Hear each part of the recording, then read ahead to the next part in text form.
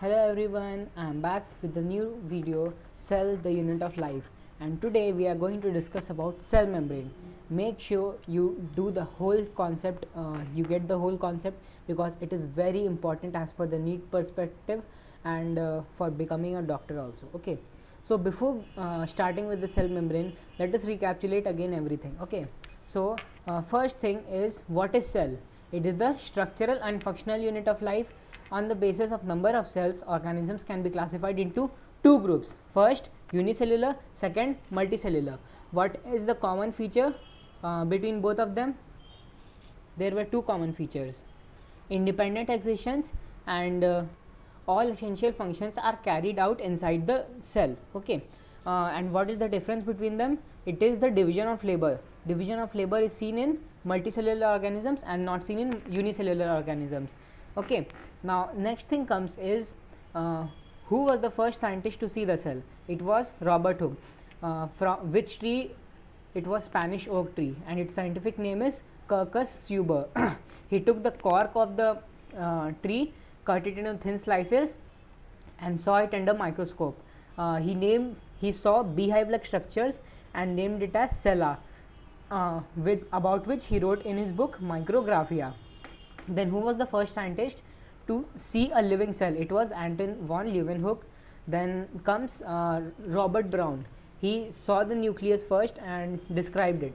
Then the next topic comes is cell theory. Cell theory was given by three scientists, completed by three scientists basically. First point was given by Schleiden and Swan. Second point was given by Rudolf Virchow. In 1838, German botanist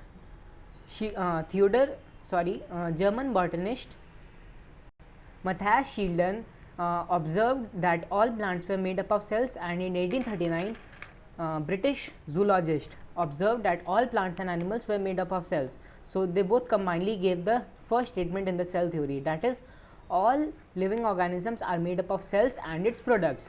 Then in 1855, Rudolf Virchow came and said omni cellula e cellula, which means all cells arise from pre-existing cells. So this was the second point of the cell theory. So cell theory was completed by Rudolf Virchow.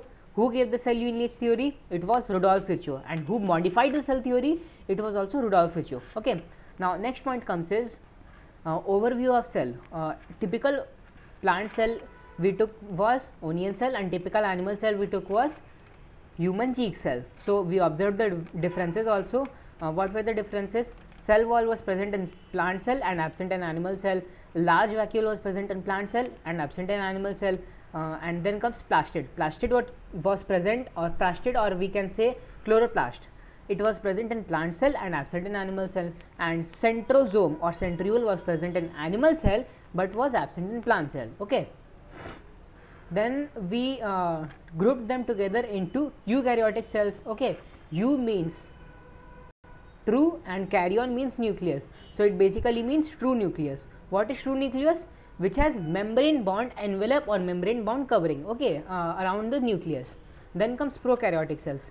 Pro means primitive, karyon again means nucleus. So they have primitive type of nucleus. They do not have nuclear envelope covering their nucleus. Okay. So we took the example of bacterial cell and studied it. So what did we study in bacterial cell? About its structure. Okay. Outermost layer was glycocalyx. Solid glycocalyx known as capsule, and loose glycocalyx known as slime layer. Capsule's work was protection from WBCs, and then loose glycocalyx work protection from WBC and also helps in colony formation. Then loose glycocalyx helps to, it is a slime layer, so it helps in attachment to stick to something, and another thing is it prevents the bacteria from drying out. Okay. Next comes flagella. Flagella in prokaryotes was made up of flagellin protein. Then there were some projections, pili, okay, shorter pili and longer pili. They are made up of pillin protein. Longer pili is also known as sex pili, which helps in conjugation, and shorter pili is also known as somatic pili. What does it help in? It helps in attachment. Next comes periplasmic space, okay, or before that cell wall. Okay, there was cell wall present in the bacterial cell also. Next thing comes is cell membrane, or cell membrane in bacterial cell was made up of peptidoglycan. Okay, sorry, cell wall is made up of peptidoglycan. Okay, then comes periplasmic space. Periplasmic space is compared with the lysosomes of eukaryotes because it has digestive enzymes and it helps in digestion in bacteria. Then comes mesosomes. Mesosomes were basically invagination of cell membrane, and they can be of three types. First comes tubular, then vesicular, then lamella. Their names are given according to their shapes. Okay, and what was their function? Basically, main function of them was respiration. But other than that, they help in DNA replication, cell division, cell wall material synthesis, then protein synthesis, enzyme synthesis, etc. Okay, and they have been compared to mitochondria of humans present in eukaryotes. Okay, because their work is also respiration. Now comes double stranded circular DNA. Their DNA is circular in shape and hence known as double stranded circular DNA, and they also have plasmid, which has resistance to some antibiotics and fertility. It is also known as extra genomic. Okay, because it is extra DNA present in bacterial cells. Then we studied about the differences between prokaryotes and eukaryotes. Basically, there were 8 differences we studied about. First comes nucleus, then second one was vacuole, then third one respiratory enzymes, fourth chromosomes, fifth flagella, sixth cyclosis, seventh ploidy, and last one is compartmentalization. Compartmentalization is absent in prokaryotic cells because they do not have membrane bound membrane bound organelles, whereas eukaryotes have membrane bound organelles, so compartmentalization is present in eukaryotes. Okay, then we studied about the H.C. Gram scientist who discovered the Gram staining process and colored the bacteria. Then we also talked about the sizes of different types of cells, like RBC is 7 micrometer, then comes eukaryotic cell, which is 10 to 20 micrometer, then bacterial cell 3 to 5 micrometer, and typical bacterial cell is 1 to 2 micrometer. Then comes mycoplasma, it is 0.3 micrometer. Then comes PPLO, pleuropneumonia like organisms, it is 0.1 micrometer. So then comes virus. Virus is 0.2 to 0.02 micrometers, but virus is not a cell. Okay, then largest isolated cell is ostrich egg cell, and also longest cell is nerve cell. Then we talked about different shapes of cells, like red blood cell is round and biconcave, then trachees are elongated in shape, then nerve cell are long and branched, mesophyll cells are round and oval, WBCs are of amoeboid shape, then columnar epithelial cells are long and narrow. Then comes cell membrane. Cell membrane is also known as biomembrane or plasma membrane, plasma lemma, and also known as unit membrane. They have several names. Now let us see their physical properties also. They are thin in structure, then they are universal, flexible, and living. They are also semi-permeable and selectively permeable. Most of the cell membrane found in the world are selectively permeable. Okay, then we talked about the chemical composition. Chemical composition, basically proteins, lipids, and carbohydrates. Proteins are 52%, lipids 40%, and carbohydrates 1 to 2% in RBC. Okay, and other cells comprise about 58% protein, 40% lipids, and 1 to 2% carbohydrates. Carbohydrates present in RBC or erythrocyte is 8 to 9%. Okay, now about the structure. Since cell theory was given completed in 1855, about the cell membrane, data started coming after 1950s. It was because of the discovery of electron microscope. Before that there was no electron microscope, so it was not easy to visualize the structure of cell membrane so properly. So the first model was sandwich model. Sandwich model was given by Davison and Danieli. Then second model, but it was rejected because it did not say anything about the or can say selectively permeability. Then second model was unit membrane model. It was given by Robertson. this model was also rejected, but because it also did not talk about selectively permeability of the cell membrane. Then the third model, which is now most considered, is known as fluid mosaic model. It is given by the scientists Singer and Nicholson. Okay, it is also known as Gulab Jamun model. Yeah, it's funny, or also called icebergs of protein floating in the sea of lipids. Okay, now let us see its diagram and visualize it. Before, I'll just explain you and then we'll let you see the diagram. This will help you to catch it even better. Okay, proteins can be classified into two types on the basis of ease of extraction: extrinsic protein or peripheral protein, or intrinsic protein or integral protein. Okay, peripheral protein which are easy to extract, and integral protein which are hard to extract.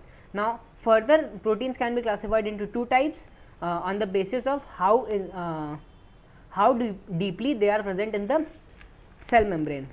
First comes partially embedded intrinsic protein, and then comes fully embedded intrinsic protein. Okay, now there are again three types of protein, like channel or tunnel protein. Okay, they help in passive transportation. Then comes carrier protein. They helps in active and passive, both type of transportation they help in. Then comes structural protein. It provides structure to the cell membrane. Okay, now let us see the diagram and visualize it even better. See, this is basically the diagram of cell membrane. Okay, all the black colored outlines are protein ones. These blue colored are lipids, and red color are cholesterol. Cholesterol helps to provide rigidity to the cell membrane. Okay, more the cholesterol, more the rigidity; less the cholesterol, less the rigidity. And the fluid present in the cell membrane is quasi-fluid. Quasi-fluid basically means it is semi-solid, semi-liquid. Okay, it is neither fully solid nor fully liquid.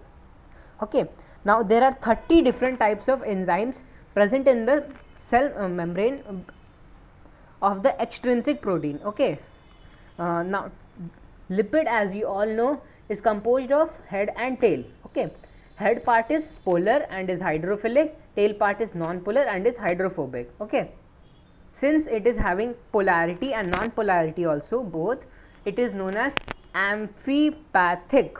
Okay, amphipathic means it is having both type of properties. Amphi means both. Now proteins which are present at the extrinsic, or can say non-cytosolic half, or even let me define you what is cytosolic half. Cytosolic half is basically the outward portion. Okay, if we put a line here, okay, and divide it into two parts, then let us consider this as the external part and this as the internal part. Okay, then outside part is known as non-cytosolic half and inside part is known as cytosolic half. Okay, so proteins which are found at the extrinsic areas, they can do lateral movement and rotational movement. Lateral movement basically means they can move from here and there. Okay, and lipids can also do lateral movement and rotational movement, but third type of movement which lipids can do, proteins cannot do, that is flip-flop movement. They can flip their positions in within the fraction of seconds, and why do they do so is still not discovered, and research is still going on. Now these projections that you see here, okay, one from lipid and one from protein, are basically known as glycoprotein and glycolipid. These are basically carbohydrate chains. Okay, these are known as oligosaccharides because they are present in 2 to 10 numbers. Okay, carbohydrate chains which are attached to protein are known as glycoprotein, and carbohydrate chains which are attached to lipid are basically known as glycolipids. And this black colored extension you see here is spectrin protein. It is a type of extrinsic protein that is always present towards the cytosolic half. Okay, see here, this one is the inside portion or cytosolic half, and this one is the outside portion, non-cytosolic half. Okay, now what is the function of this glycoprotein, or basically carbohydrates? Carbohydrates are the best molecule for recognition. Okay, let me give you example. How is the blood group of a person determined it is with the help of carbohydrate chains. Like when you go to the laboratory and you give them the blood for testing, they basically see the carbohydrates and determine the type of blood group you are having. Okay, and also other example of recognition is fertilization. Okay, this helps in recognition. So how will the sperm know which is the egg one, which is the egg and to whom it should fertilize? Okay, so carbohydrates also helps in fertilization. Another example of recognition is that carbohydrates is like antibody antigen interaction. Okay, now let us see the function of cell membrane. Now passive transportation can be by diffusion, and diffusion further can be of two types, simple diffusion and facilitated diffusion. So first comes simple diffusion. When molecules or anything moves from higher concentration area to lower concentration, this is known as simple diffusion. Diffusion that occurs through cell membrane must follow these two following criteria, that molecules must be very small and also they should be non-polar or can say neutral. Non-polar means basically means they should not have any charge on it. Okay. Now second comes, let me give you the example.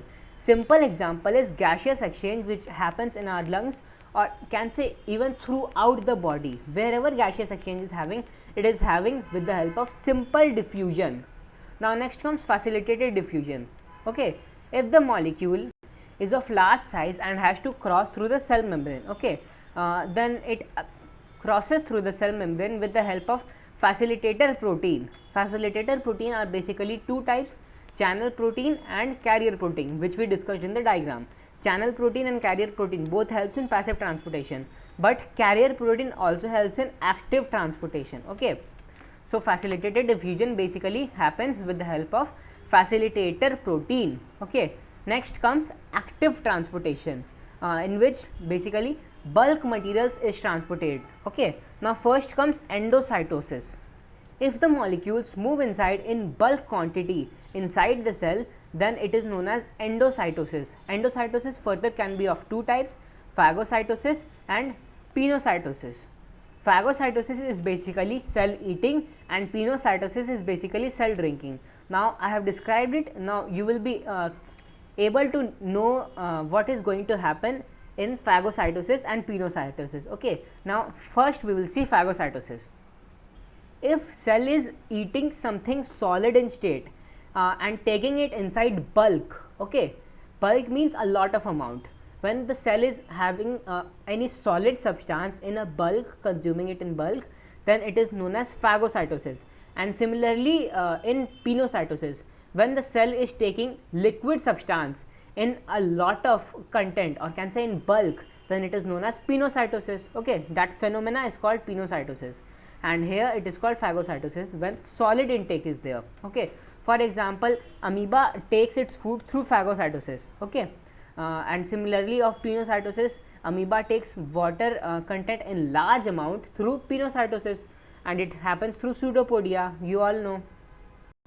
Now second type of and bulk transfer is basically exocytosis or anemocytosis, emiocytosis, or also known as cell vomiting. Yeah, it sounds funny because in this case cell is excreting the products outside its body in bulk quantity. Okay, so it is known as exocytosis.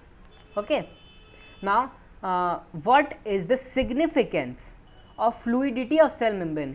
Basically fluidity of cell membrane is more because of the lipids or can say unsaturated hydrocarbons present in the lipids. Lipids contain two tails, you have seen in the diagram. One is straight and another one is little curved.